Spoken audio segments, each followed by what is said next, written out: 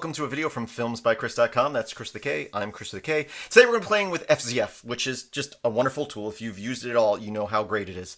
Let's go ahead and have a look at it. But first thing, I have a text file here. It's a CSV file that we created in a previous video. I'm going to cat it out. It lists images that I have, the address, and the GPS location. So we're just going to cat out that file and display it to the screen. There you go. It's kind of long, whatever.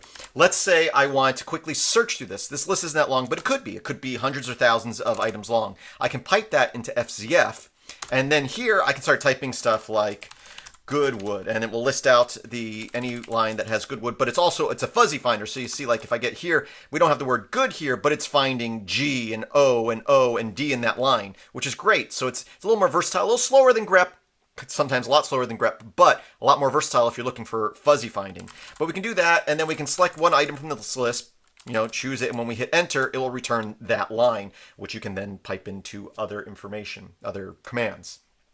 But what if you want to pick multiple things from the list? Well, I can do -M, and now when I'm running this, again, I'll just type in Goodwood to narrow down the list. And again, there's 20 items in the list. We narrowed it down to 5.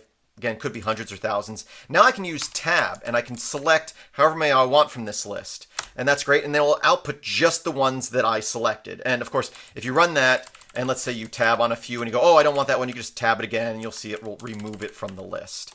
Okay, so that's great.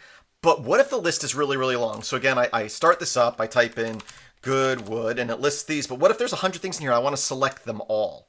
Well, what we can do is we can add to our FZF command, we can do a key binding. So we can say bind, and this time we're going to bind tab to select all. So now I can run that. I could type in Goodwood, and we get this. And now if I hit tab, you can see it selects them all. And you can see that right here that 5 out of 20 are selected. And now they have been displayed to our screen. Again, we can run that. We can pipe that. Let's shrink this down a little bit. I can pipe that into, something like TR to change the pipe character to a new line character, and then we can grep for JPEG. So now I can do this. I can type in Goodwood, and I can hit tab, and when I hit enter, it's just going to list just the name of the images. So I search for an address basically from that list, and then here I'm returning just the names of the files that are in that location.